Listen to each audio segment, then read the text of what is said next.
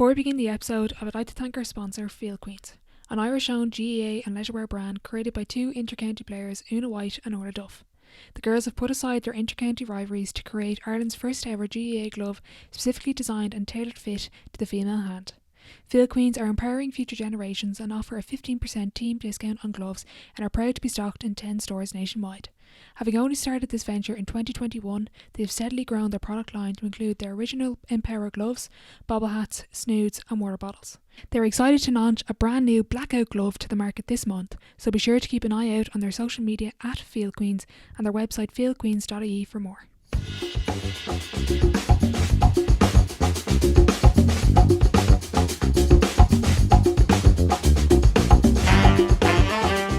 Welcome back to the Sideline Live podcast. You can follow us over on Twitter and Instagram at the Sideline Live. We'd love to hear from you. On episode 65, I am delighted to be joined by Westmeath Star and Intermediate Player of the Year, Sarah Dillon. Sarah also picked up Player of the Match in the All-Ireland Intermediate Final at just 20 years of age. In this episode we discuss her career, playing basketball, injury, recovery and so much more. I hope you enjoy.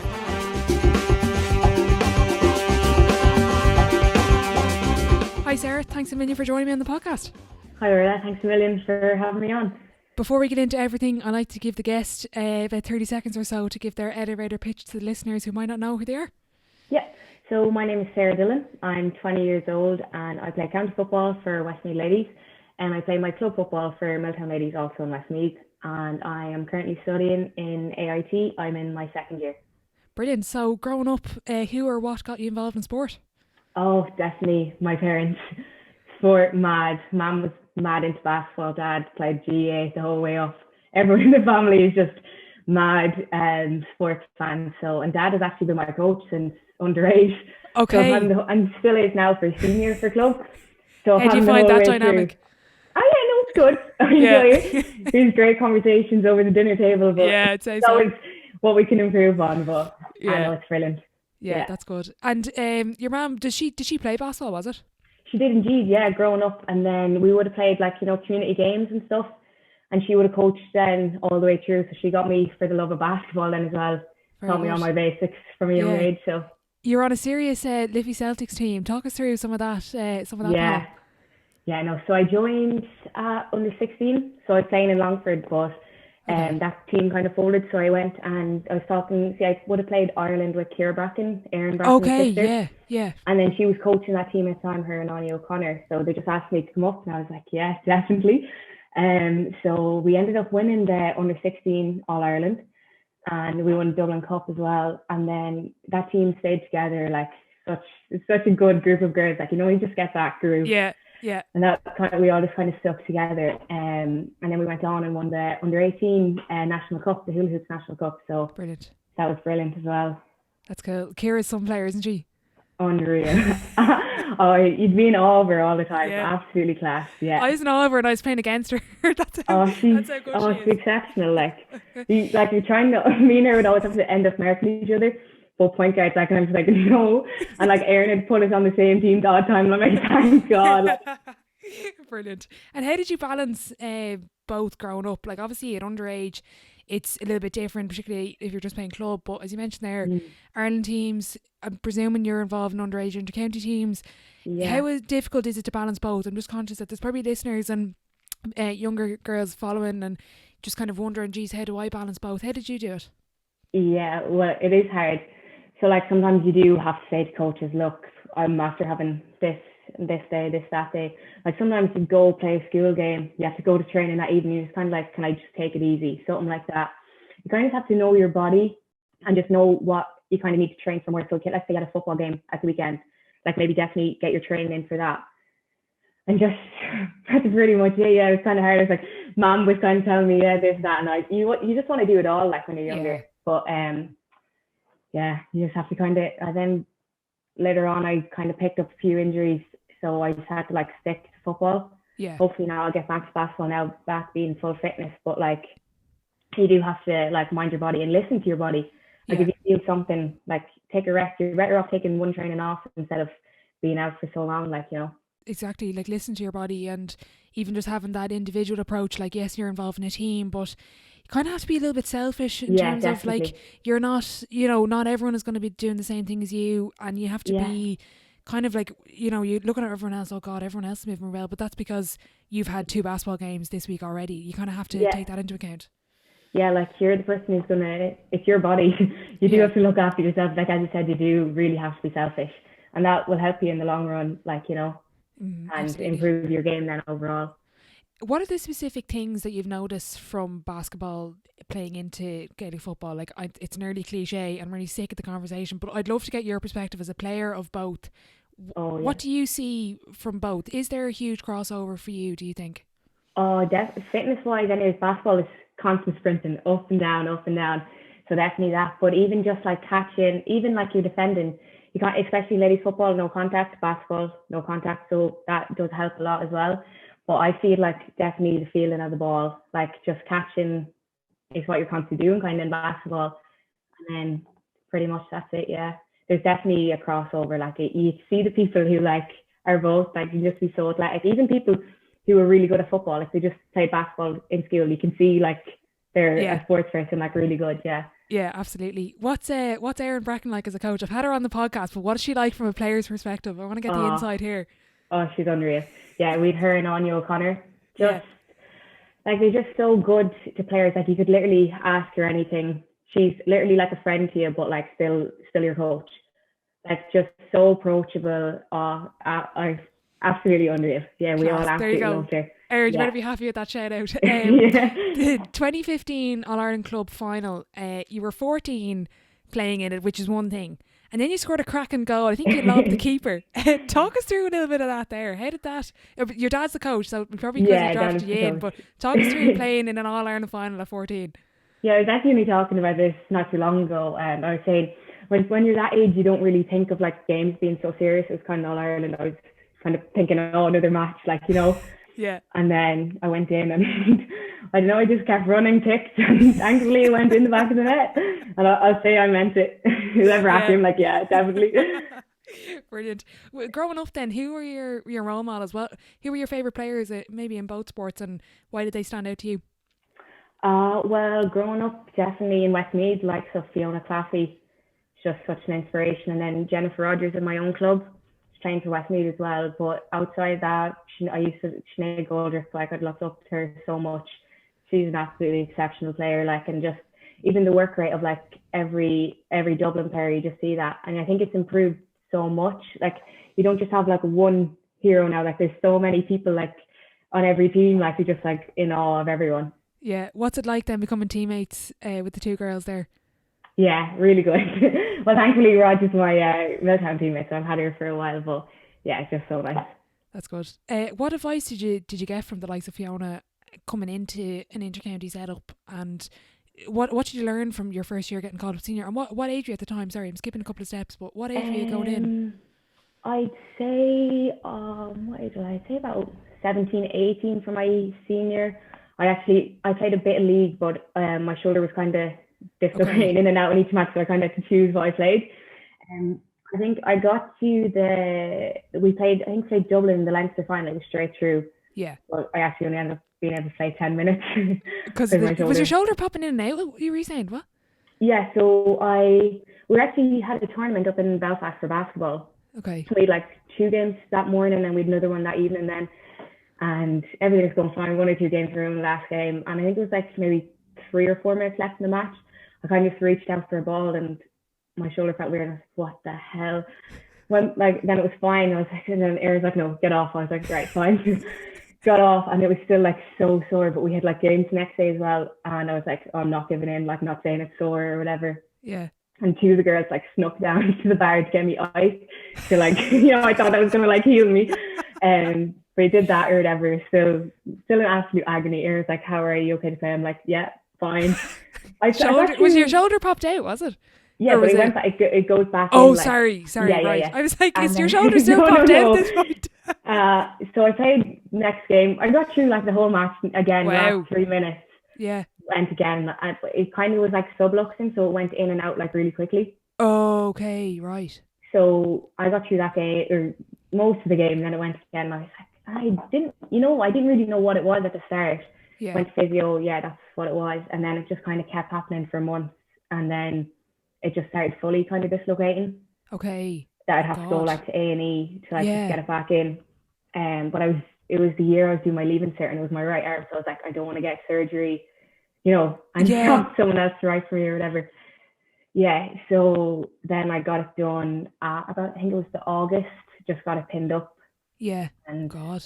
and And did you get the other one done as well? Was it yeah. both? Oh Yeah. God. So yeah. And then I was back about 3 months, I'd say. And then I knew I just kind of went once and I knew I didn't leave it as long. I was like, I'll just get it Yeah. done like Okay. straight away.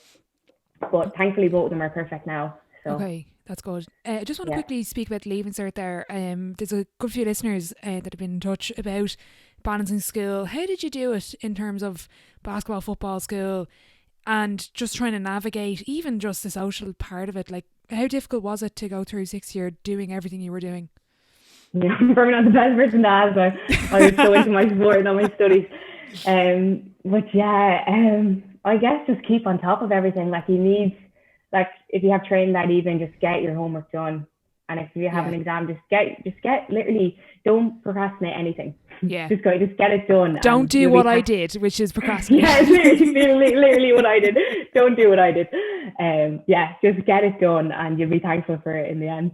Yeah, exactly. Oh, stop. And I nearly found, I don't know about you, but the days I didn't have training, I got nothing done because I was too busy. Yeah, you just wrecked. Yeah, and then the days I had training done, or I did have training, I would get it done because I was like, oh, I have to go training. Because you're in that motivation, like, no, I want to go to training, I need to get this done. Yeah, exactly. And I made a stupid decision. I remember around, was it the mocks or something, or when was it? It was some stupid time. And I was like, I'm not going to train, I'm going to study. Sure, I sat on my phone and I did nothing. And it was the most unproductive day I've ever had. And after that point, I was like, no, I have to go training. Yeah.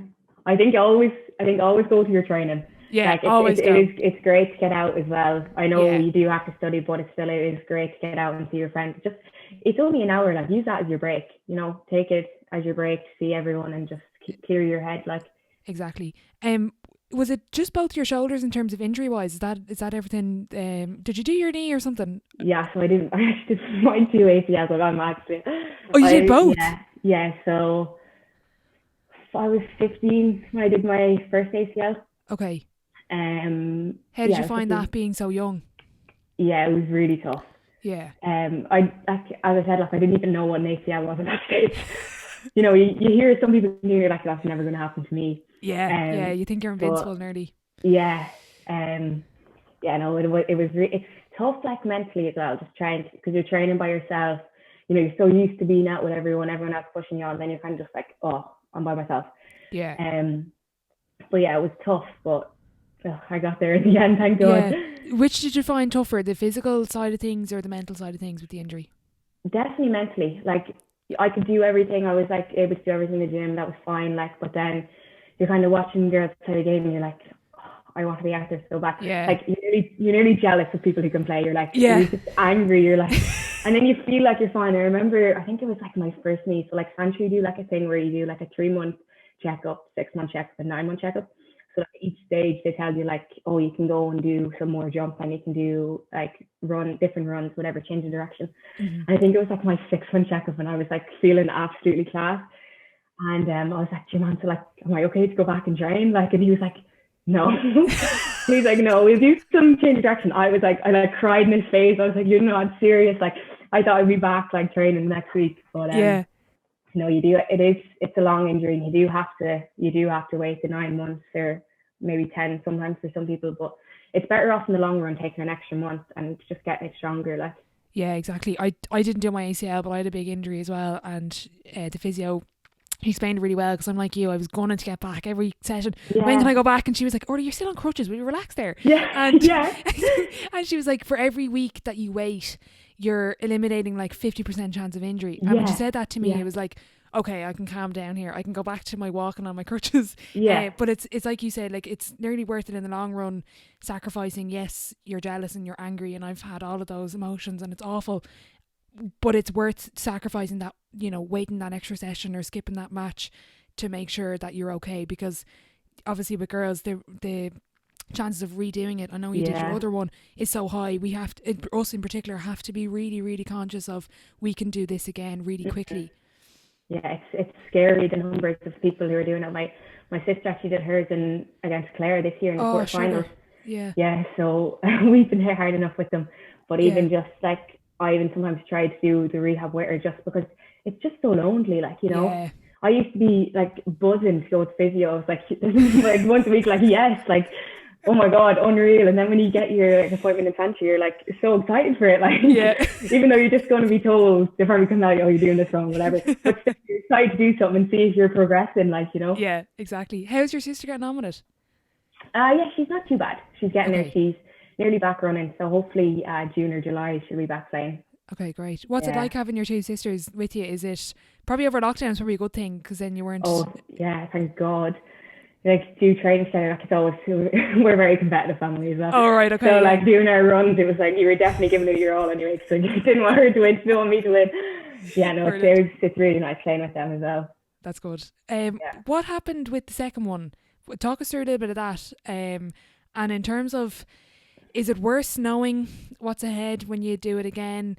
Or is it better that you can say, right, I've done this before and I know everything I have to do, but like, how difficult is it? I think in both ways, like, you're kind of like scared, you're like, crap, I know what I felt when I did the first one, like, is this going to be the same? But then it's nice to know like what tests you're going to have to do, what you have to get yourself up for. So I did my second one about 3 or 4 months after. Okay. I just jumped for a ball and whatever way I landed, and I just knew straight away I was like absolutely good. Yeah. And I remember Mom was like, "Oh, you're fine. Like, no one thinks the worst." And I was like, "Yeah, I'll try it." And then I was like walking down the hall, and I just fell. Like, my knee just went from under me, and I was like, "Oh, that's it, 100%."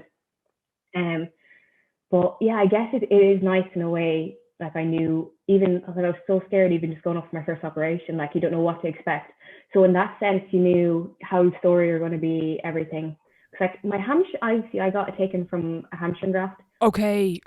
So like, my hamstring was nearly the sorest part. So that was I had to rehab that as well. So I knew then, because I thought my knee was going to be sore, but the first time it was my hamstring. So then I knew for the next time, look, this is what to expect. So yeah, I guess in a way it was nice. Well, not nice, but it was helpful. It helpful to know what to expect. Yeah. Yeah, that's good. And did you find that when you did the other leg, you're only 3 months or 4 months with wait, which leg did you do first? Sorry. I did my left leg first, yeah. So when you did the right leg, did you find that then, because you were relying on the left leg, that it got significantly stronger? Yeah. See, with doing the rehab, you would have done it on both legs as well. Anyway. Okay, sorry. So in a sense, I thought I was going to be doubly like invincible, like nothing was going to happen to my other leg. But then obviously, it gave me a way to build up, I guess, the leg. Also that I just done, so I guess again it helped me in the long run. I'll just say that.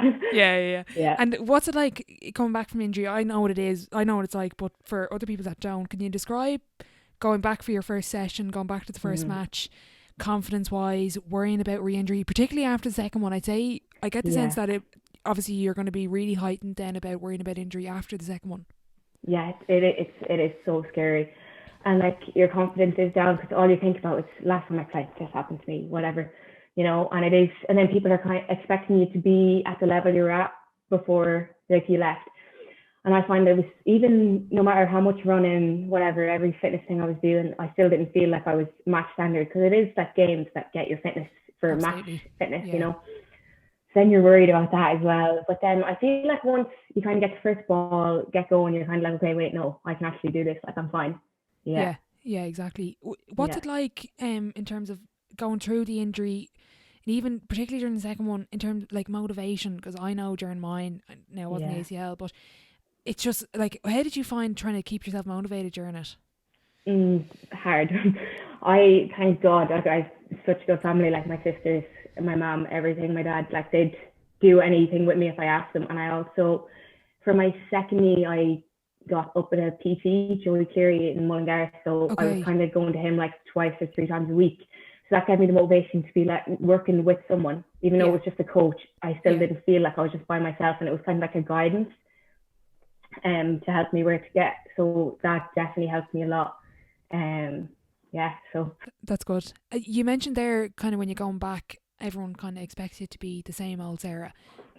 What's it like then trying to, even for yourself, not even like disregarding everybody else, but kind of coming to terms with, look, you're not, you know, at 100%.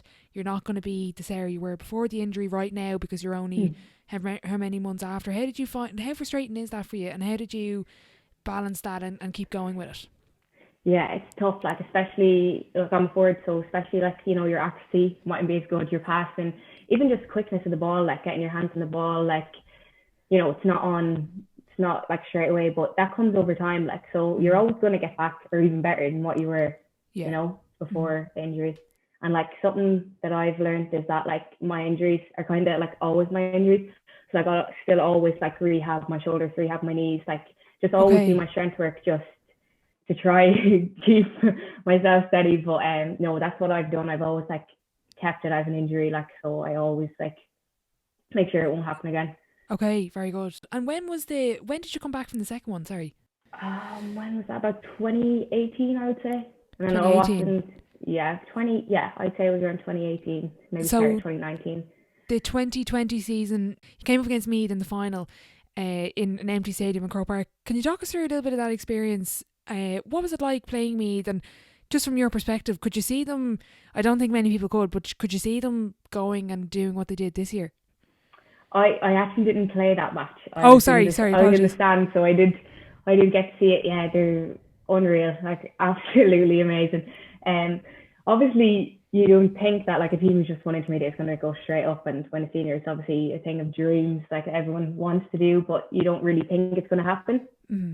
But just the quality of players they have, like all over the pitch, and just the commitment and like the drive for them to win. I felt like they just weren't losing that match. Like, you know, they just had that attitude, and I felt that kind of happened with us this year in the final. Like even obviously, I it's different when you're not playing, but like just to see like the heartbreak of the girls, like, and then I feel like everyone this year just gave like 120%, just not be like that again. And I felt like that's what Meath did after they'd lost like the previous year. Just they're like, that's not happening again. When you come back in as a group this year, what's it like then going to back to that first session after the final?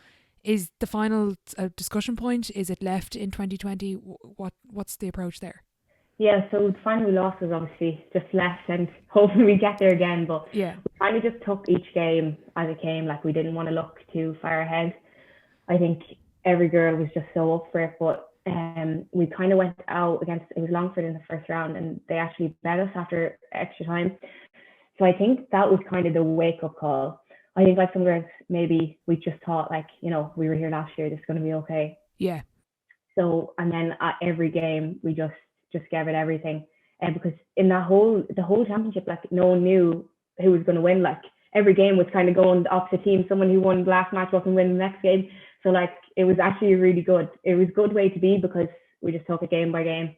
Very good. Can you talk us through a little bit of the influence that Fiona Claffey has? Like a phenomenal player, obviously, but in terms of her leadership, in terms of what she brings to the team outside of her physical ability, what's her influence like? Oh, she's such a great person, like on and even better off the field. Like I actually don't think I've ever heard her say a bad word about one person. Like she's absolutely amazing, and she just drives absolutely everyone on. Like, there's no words to describe her. She's absolutely class. But I actually remember, like, I think it could have been like my first game at Westmeath, and she just come up to you after the game, like, well done, it's great to have you there, or just little things like that. She includes absolutely everyone, and she's phenomenal. Brilliant.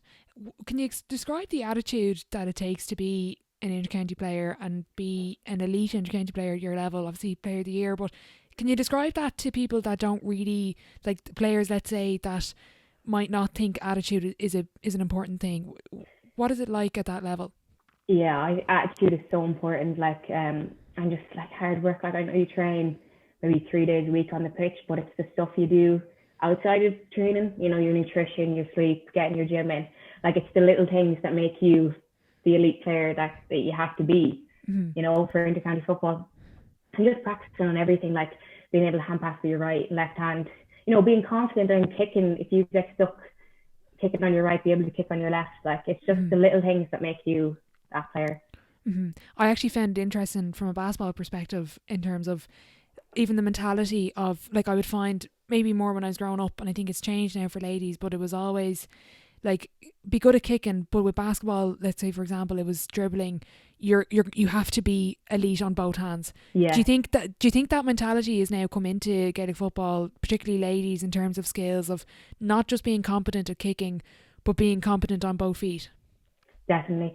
Even it was kind of only when I came into the senior setup that I started really using my left and right hand, my left and right foot for like passing and everything. Because you kind of just need to you're so used to using your right, that's what you want to do. Maybe though when you're training, always use your left. You know, when you're training, always use your left foot if you're on your right foot, and it just then comes automatically in a game, and it's easy. You don't even think about it; it just happens. The same with basketball. Like you're so used to dribbling on both hands, and then when you do it, that's just normal. That's what I do. Like, you know. Exactly. You're actually making the game easier for yourself, because if you're exactly. one-sided, Yeah. you have to go down one side of the pitch. Yeah. But if you can do both, then you'll actually play a bit easier. So it's funny how it all plays out. If Erin's listening to this, she's definitely going to be like, you never use your left hand. She used to give out to me so much. Use your left hand. I'm like, okay. What do you think is the most underrated skill in the game at the moment? Is there anything that we're overlooking as players or coaches that you're like, why aren't people practicing this? I think I've just said it there, but like definitely the left hand and right-handed hand pass. Yeah. Okay. We just kind of said that, but yeah, I do think that, but it just comes in handy whenever you need it. So I would say that. Okay. And how often would you get out, let's say, maybe not so much in season because you're so busy, but in the off season, how often would you practice by yourself?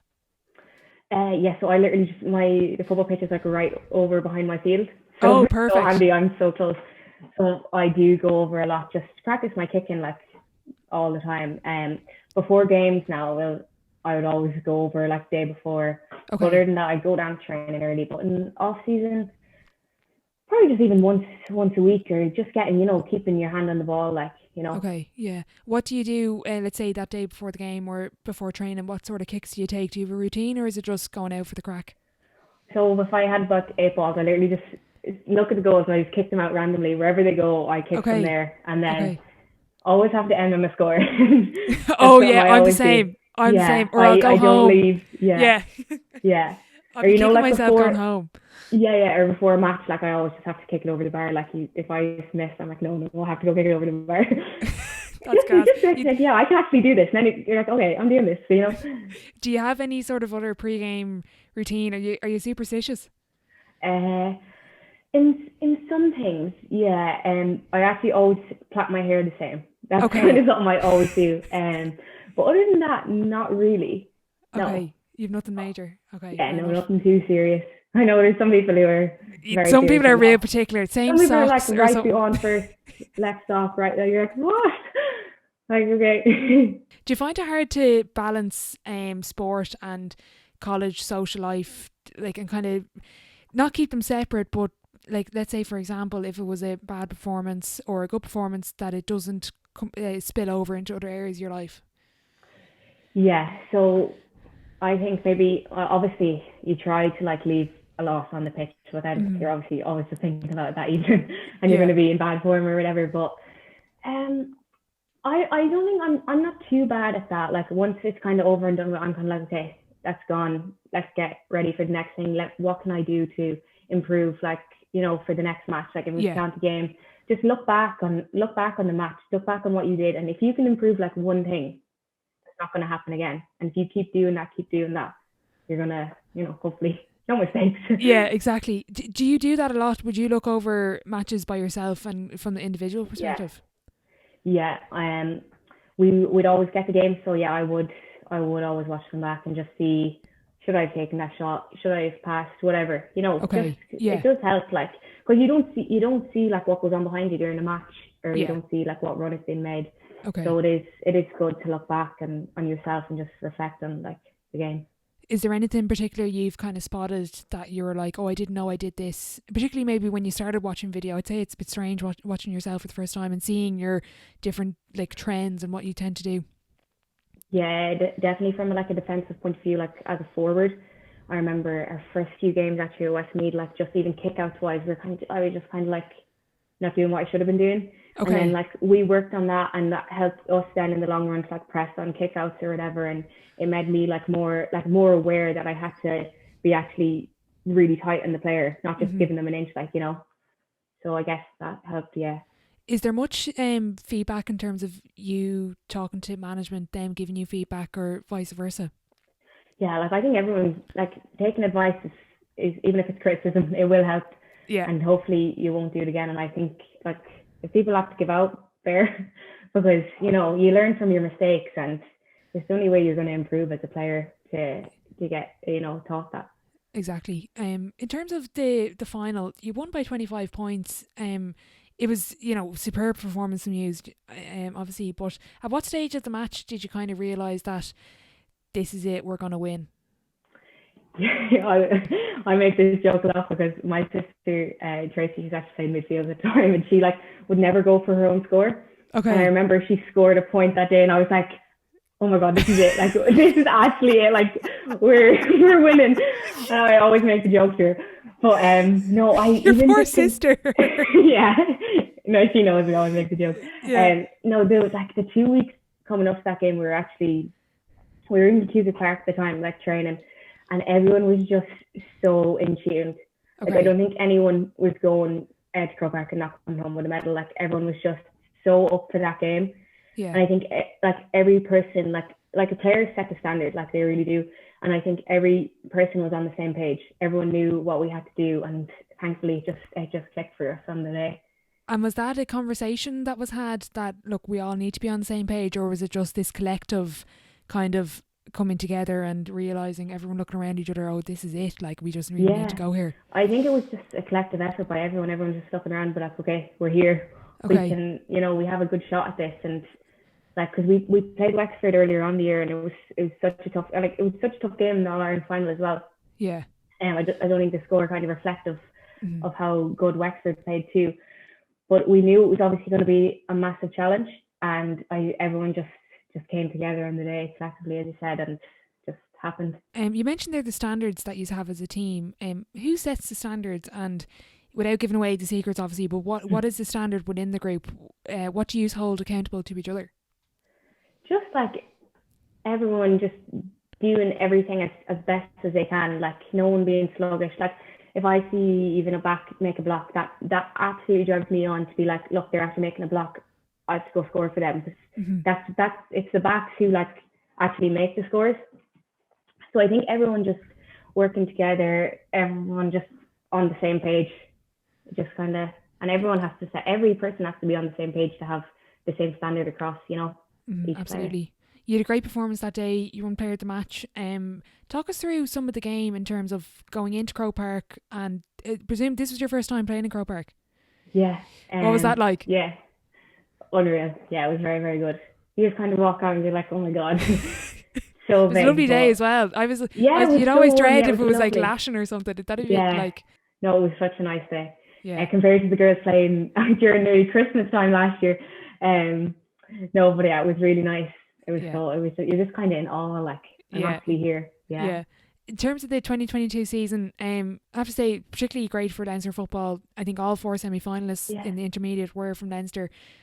In terms of the 2022 season and beyond, for yourself, for Westmeath, what is the potential there with the group?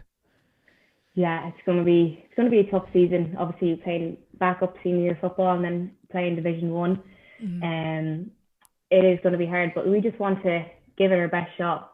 Goes give it everything we can, and that's all you can really ask for. It's where we wanted to be last year. It's where you wanted to be, like playing senior football. And it's the best of the best, so Mm-hmm. you have to beat the best to be the best. So Exactly. yeah, You won Player of the Year. Talk us through that whole side of things in terms of emotion, because describe, like, going through the journey you've described there for me, and listening to you hear about the two shoulders, the two knees. What was that like, picking up that award? yeah, it was really special. Like from previous years, I was just looking on, watching Westmeath, and I'm like, I used to Mm. think to myself, are you ever going to get there? It's like, is Yeah. that ever going to be? But I actually have to be so thankful for Sean Finnegan, our Westmeath coach. Like he literally always gave me a chance. Like there's some trainings, you just get in such a rut. You're like, no, I don't want to go watch or whatever. And Yeah. he'd always ring me and be like, please come in, girls would love to see you or whatever. So he like kept faith in me that like, that he wanted me on the squad and always included me in absolutely everything. Mm-hmm. So I guess it finally paid off. Yeah. And then win the award. Well, win the All Ireland was unreal, and then win the award is extra special. definitely, especially being up alongside like Lisa McCartan and Neva D, Mm-hmm. and then being nominated and stuff by your players was really nice as well. What do you think you've done over the years in terms of all your training and preparation that has allowed you to be the player you are today? Is there anything particular or a broad range of things that you can pinpoint that you're saying, right, I really credit this is what I've done to be the player I am now? Definitely strength and conditioning. Like the game has become not more physical, but like everyone is kind of just at a higher standard Mm-hmm. and everything. And even like mentally, like prepping, whatever, just taking like each minute by minute. Like if you kick a bad pass, like okay, that's finished. Like we're into the next minute of the game, and just kind of take each game as that, and just be able to think of that and like refocus yourself. Don't like dwell on the bad things, but focus on what good can happen and what did happen. Do you think the game is more physical or mental when you're at that level? What do you think? That's a tough one. Probably mental, but mentally because like if you like someone if you take if you don't score, it can affect you for the game. So if Mm-hmm. you're in a mindset of where you just like okay, relax, this is next minute, it can either go really good or really bad. So mentally, probably yeah. You mentioned the strength in the game now. In terms of the tackle, this is kind of a controversial question maybe, but with the rules, do you think that they should let more go? Do you think that there should be a rule change to allow more physicality in the ladies' game, or do you think it should be left the way it is? Yeah, it's controversial. No, I do think more physicality. Like everyone's in the gym training, everyone's getting stronger. Like girls are at that level, they're able to, they're able to take it. We're able to do that. Like so, like why not? Would you rather score the winning point or make the winning block? That's a difficult one No, as a forward as well. yeah, I'm gonna be selfish and say score. Big loopy score into Yeah, Crow Park. yeah. Exactly. I'm going to move on to the sideline 7. It's the same 7 questions at the end of every episode. I just realised I didn't actually send you these. Sincere apologies. So this is off the bat. Your pure reaction. I listened to a few episodes. Oh, did you? Oh, grand. Yeah. Perfect. Good stuff. So question 1, what is your favourite quote? If you're afraid of failure, you don't deserve to succeed. Who said that? That's brilliant, actually.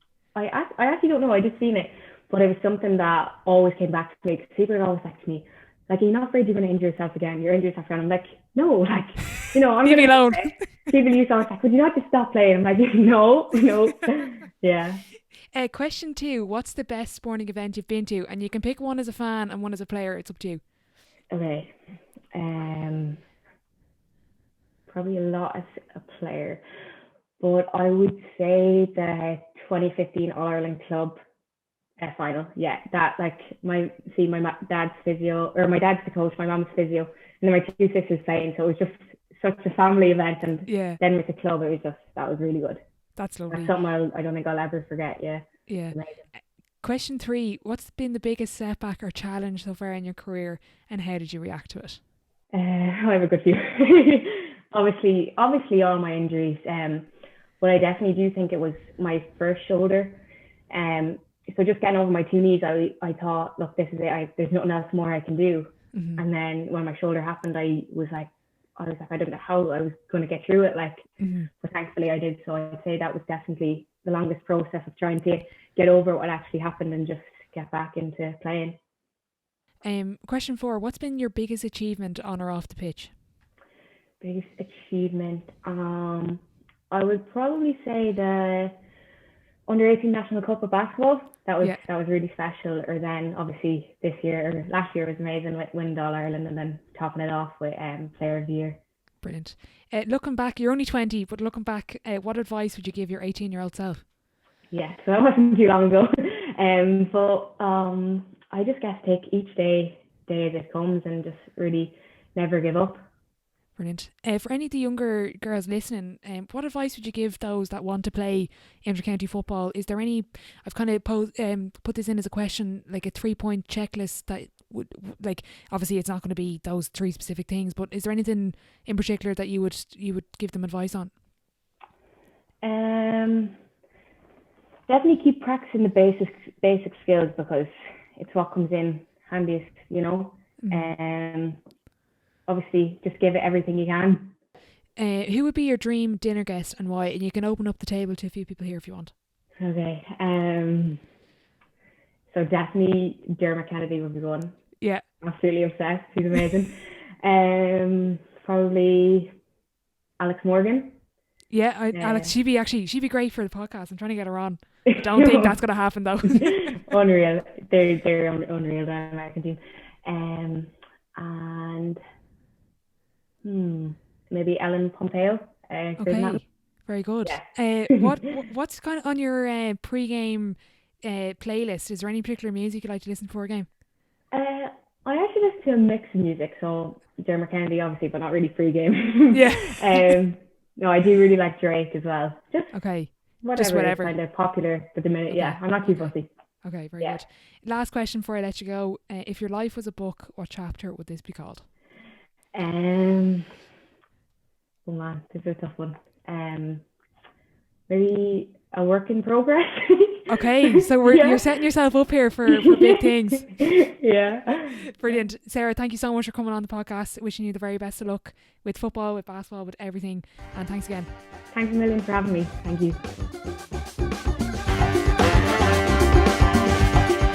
A massive thank you to Sarah for joining me on the podcast today. I thoroughly enjoyed our chat and I hope you got something from it. At only 20 years of age, she has already established herself as a star on the pitch, and hopefully we will see her back on the court very soon. If you are enjoying the podcast, I would really appreciate if you leave a rating and a review over on Apple Podcasts and now Spotify, as it really does help the show grow. Thanks as always for listening, and I'll catch you in the next one.